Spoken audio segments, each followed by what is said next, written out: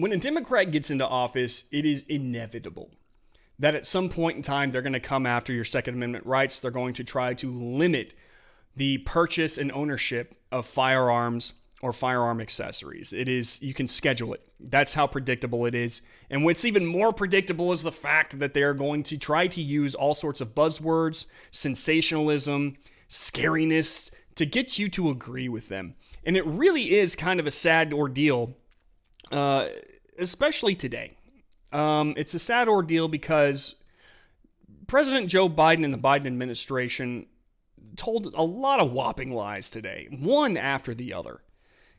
And I'm scared that they weren't really caring. I think they knew that they were lying. That's what I'm worried about. I'm worried that they knew that they were lying because it wasn't necessarily the truth that they were going after.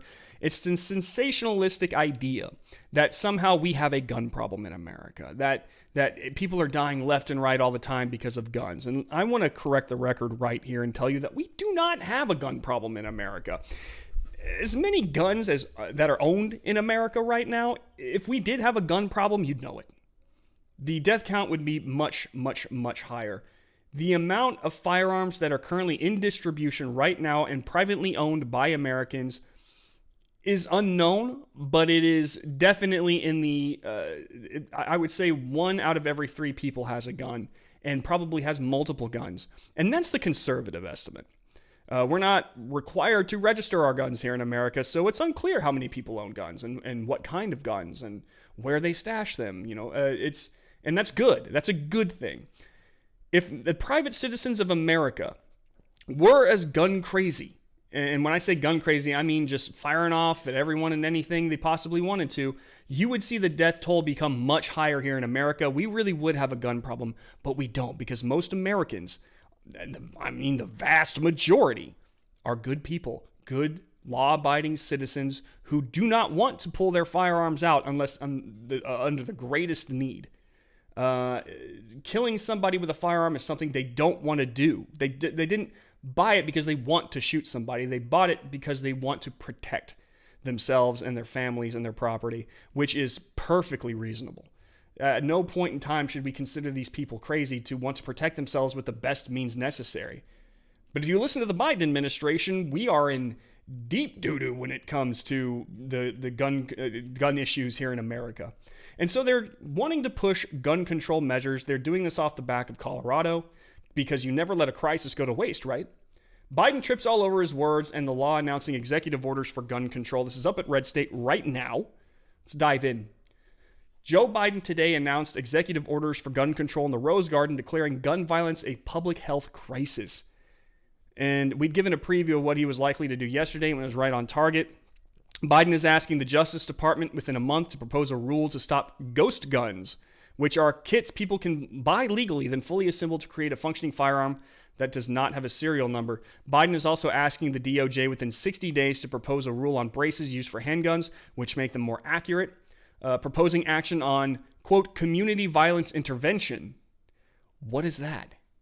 That seems a little bit vague to me. Asking the DOJ to publish suggestions for red flag legislation and having his administration issue a report on gun trafficking. Biden also formally announced David Chipman as the director of the Bureau of Alcohol, Tobacco, and Firearms, or the ATF, or as he called it, the AFT. Real quick, the red flag legislation that he was talking about are red flag laws. And for those of you who don't know what red flag laws are, that is effectively the government being able to strip you of your Second Amendment rights without a trial. Effectively, all someone needs to do is make the claim that you are unstable or you are in a situation where you should not own a gun. And the police or the authorities can come and take your firearms, and then you must prove that you are actually capable and responsible enough to own a firearm. It is not innocence until proven guilty. It is guilty until proven innocent. It is a violation of the Second Amendment rights, and the Democrats would love to pass that because with the snap of a finger, they can take your firearms from you under these red flag laws. It continues. Enough prayers, time for some action, Biden said of Congress. I believe the Senate should immediately pass 3 House-passed bills to close loopholes that allow gun purchasers to bypass the background checks. There is no loophole. There is no loophole. And I want to point to something that Charles Cook wrote. Joe Biden lied about gun shows. I'm just going to go ahead and read this to you real fast. Joe Biden said today, most people don't know you walk into a store and you buy a gun, but you go to a gun show and you can buy whatever you want and no background check. Complete falsehood. Absolute falsehood, as Cook explains. This isn't even close to being true.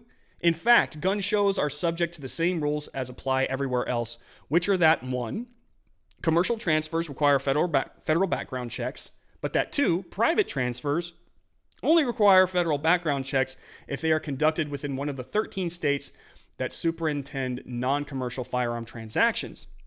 There are no special rules for gun shows. The same set of laws applies to them as applies to, say, your kitchen table. If you are in the business of selling guns, you are federally obliged to run a check. If you are not, you are not, unless your state requires you to. That's it. There's no loophole here, and nothing about gun shows that separates them from the broader debate about private sales. It is not even the case that most gun sales at gun shows are conducted without background checks, because most guns sold at gun shows are sold by commercial sellers. That is, by people who are in the business of selling guns, as opposed to people selling a gun they inherited or no longer want. Most guns sold at gun shows are accompanied by a background check. Don't believe me? Go to a gun show yourself. Occasionally, you will see someone walking around with a sign saying that he has a gun for private sale, just as he would be able to anywhere else, including via the classifieds. In every other case, you'll see dealers on the phone with the FBI. When Biden says you go to a gun show, you can buy whatever you want with no background check, he is trying to conjure up the public's mind the idea that the United States is full of arbitrarily unregulated gun stores. It is not. It definitely is not. This is a constantly repeated lie by the left, by many Democrats, trying to make it seem like we have this out-of-control transfer problem when it comes to guns. That is not true at all. It is either law or it's not law in many states for private sales. But if you are in the business, if you have a business in selling guns, this includes selling guns at a gun show, you still have to call the federal government to get a background check completed. That's it. Joe Biden lied. That is a straight up lie. But he wants to give off the idea that he can do all this because the Second Amendment really isn't written in stone. In fact, no amendment is written in stone, according to Joe Biden. And this was his actual quote. Nothing I'm about to recommend in any way impinges on the Second Amendment. Biden said there are phony arguments suggesting that these are Second Amendment rights at stake from what we're talking about. But no amendment to the Constitution is absolute. From the very beginning, you couldn't own any weapon you wanted to own. From the very beginning, the Second Amendment existed. Certain people weren't allowed to have weapons. So the idea is just bizarre to suggest that some of the things we're recommending are contrary to the Constitution. They are contrary to the Constitution, especially red flag laws. And I'm not exactly sure what he plans on doing in order to make any gun problem he claims to have better. Because all of the gun laws we have currently right now, if they're not enough to solve the quote-unquote problem that he says that we have, then how is extra laws going to actually fix the problem? And that's the thing you need to ask yourself. How are extra laws going to fix this problem if the ones that we already have don't?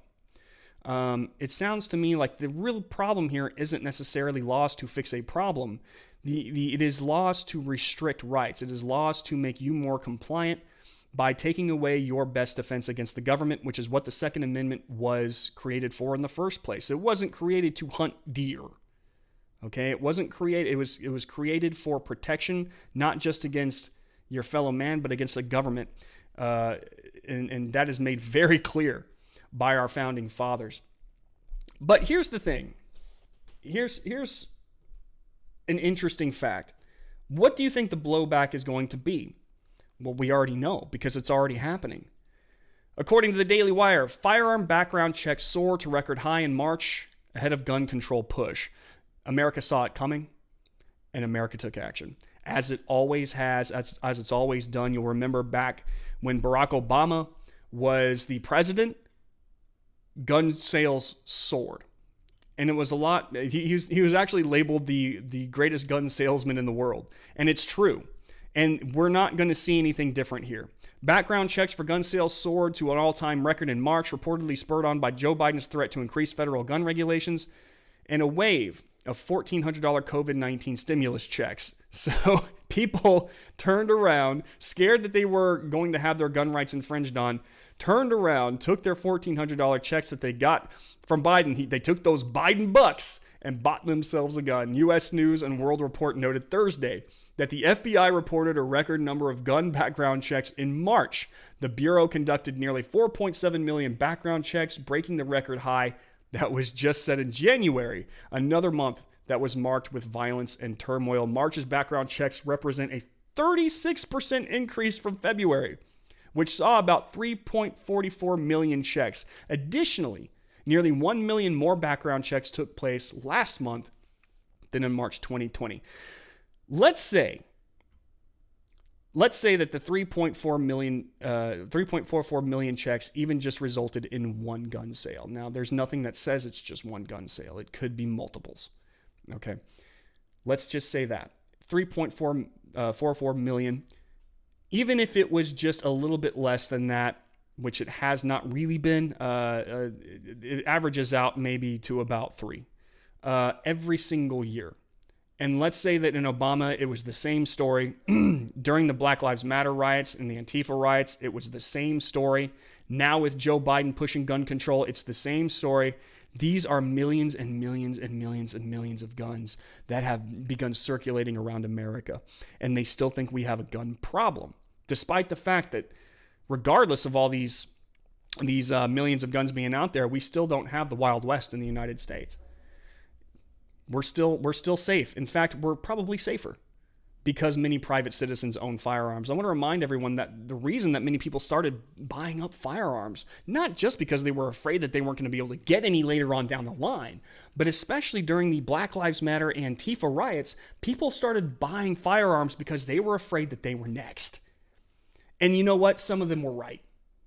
You never knew which town or city was going to get burned to the ground next by these agitators, by these people who come out and begin tearing down businesses, hurting people, assaulting, murdering people, strictly because they want justice for insert name here. It is disgusting to think that a lot of people are buying firearms because, they have some ill intention. Millions and millions of people, first-time gun owners recently, bought it because they are scared for their own lives. And the government has proven that not only are they ineffective at helping protect people, that sometimes they are the originators of the problem. Okay? I do not believe for 1 second that Joe Biden can wave a magic wand and make all our problems disappear, to make sure that the problems that the Democrat Party created in the first place are going to be undone by the same administration, by the same kind of party, in order to protect us. Really, protection comes down to you. You are your best line of defense. You are your first and last line of defense sometimes. Yeah, sure, you can call the police, but the average time for a police officer to arrive at your door is about 6 minutes. And a lot can happen in 6 minutes, including your death or your harm, whichever one comes first. And usually police arrive after the fact. Usually the police arrive when the crime has been done. So really, firearms are America's best way to protect themselves.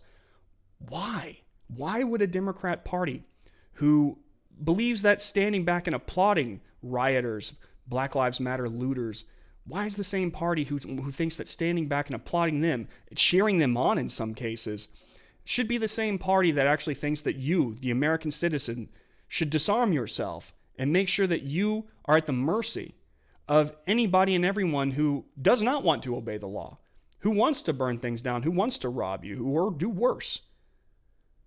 This is not a party that is looking out for your best interest. This is a party that would rather see you powerless, if we're being all things concerned. And they're happy to lie to you. They're happy to lie to you about the gun problems in this nation. We do not have a gun problem. But they want to say a lot of scary things like ghost guns and loopholes, no background checks necessary, no guns without serial numbers on them. They want to say all this sensational stuff to make you scared. Because if you're scared, then you're compliant. It's easy to strip someone of their rights whenever the person is actually asking for it to happen. And that's what the Democrats are banking on here. This isn't fair to the American people. Many people do not, the vast majority of Americans do not commit crimes. They haven't done anything wrong. They might own an entire arsenal of guns and never broken one law. Okay? And it's also not fair to the people out there who have had to use their guns in order to protect themselves. How many women out there have not been sexually assaulted because they were armed? These are things that they're not talking about. They don't want to talk about it. But it is unfair. It's unfair to punish people for a crime they didn't commit.